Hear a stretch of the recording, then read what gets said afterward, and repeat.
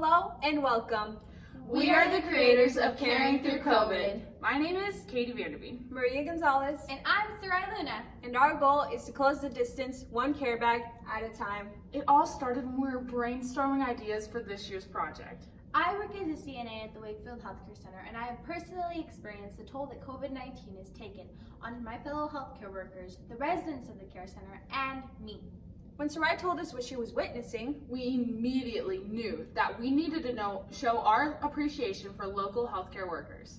And we needed to show love and support for the residents of the care center because of the difficult times that they were facing. So we decided to make care bags for the staff at the Wakefield Healthcare Center. And we wrote letters for the residents at the care center. We wanted everyone to feel loved and appreciated. Our project impacts both our community and our FCS skills.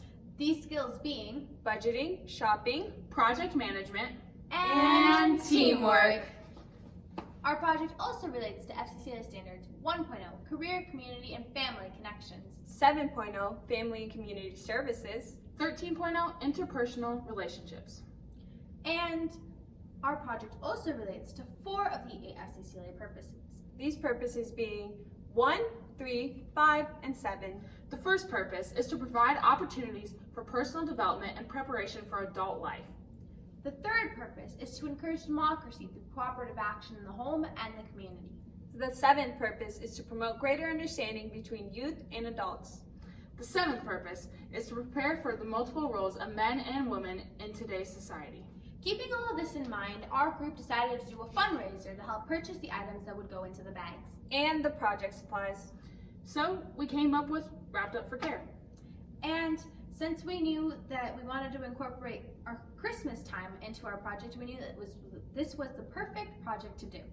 We asked our FCCLA advisor, Mrs. Gauss, if the FCCLA chapter could donate wrapping paper. By the time that Wrapped Up for Care rolled around, our chapter brought us lots of rolls of wrapping paper, but we knew that we needed to advertise our fundraiser for Wrapped Up for Care. We decided that the best way to do this was to hang flyers around our school. We promoted our fundraiser on Facebook and Instagram. And our FCCLA advisor, Mrs. Gauss, Wakefield Health Care Center Administrator Tracy Hageland, the school, and even some community members all promoted our event by sharing it mostly on Facebook, but also on Instagram. We set the date for December 5th. On this day, we received many gifts to wrap. We also received lots of donations and support from our community. Overall, our event was a success, but we knew we should probably host a second fundraiser. So on December 20th, Wrapped Up for Care, our community brought us more gifts and they provided a free will donation. And in turn, we had our second debut. And it was a success. The next day, we were asked to help wrap gifts for kids in need in our community. How could we say no to receiving help to show appreciation for healthcare workers? And helping our community at the same time. It was a win-win situation.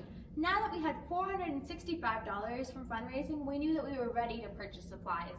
And so Katie and her mom went on a little shopping trip and buying goodies for the care bags and spent around $303.41. We also bought project supplies that day. And our group knew exactly what we wanted to include into the care bag. Candy and gum, for sure. Popcorn was a must. And not to mention essentials like hand sanitizer or lotion in this case, and tissues. And we cannot forget about notebooks and pens. And we still had $162 left over. We decided to donate this money and leftover wrapping paper to the Wakefield Healthcare Center. And so on January 11th, our group put together the care bags and typed the letters out like shown on the board. We delivered the bags, letters, and the small donation to the Wakefield Healthcare Center. Our mission was complete. The feedback we received from the employees was heartwarming to hear. We knew that we had done something so amazing to show our appreciation for the healthcare workers. On January 18th, our group got together for the last time in our senior year in our high school career to finish up our project. Our love and appreciation has brought us closer to bonding. And although our project was an overall success, there's still some things that we could have done better.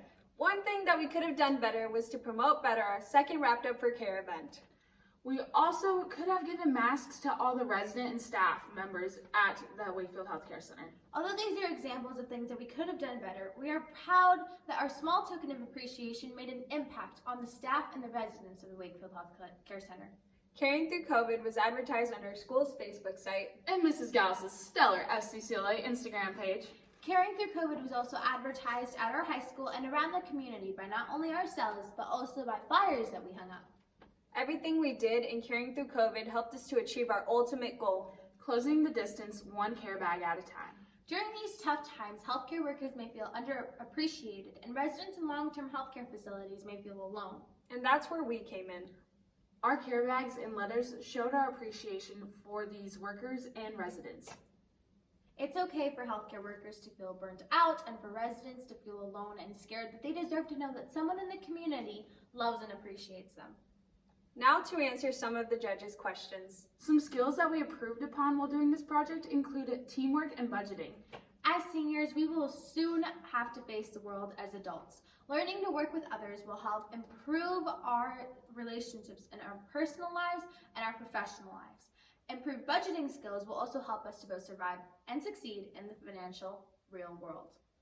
Since our project revolves around COVID, a bigger obstacle that we had was not transmitting COVID to the elderly and healthcare workers. Ideally, if we could have stopped COVID, all of our problems would have been solved. But since we couldn't do that, we researched and we made sure to follow all the directed transmission prevention guidelines provided by the state of Nebraska's DHHS, Department of Health and Human Services. Another obstacle we faced was having to involve the community in our project while following COVID guidelines. So we did the best we could, and we brought the community to us. All while ensuring social distancing precautions. So girls, did we successfully cure through COVID? Yep. So make the change. Close the distance, one care bag at a time. You local healthcare workers and residents of long-term healthcare facilities deserve it. Thank you for your time.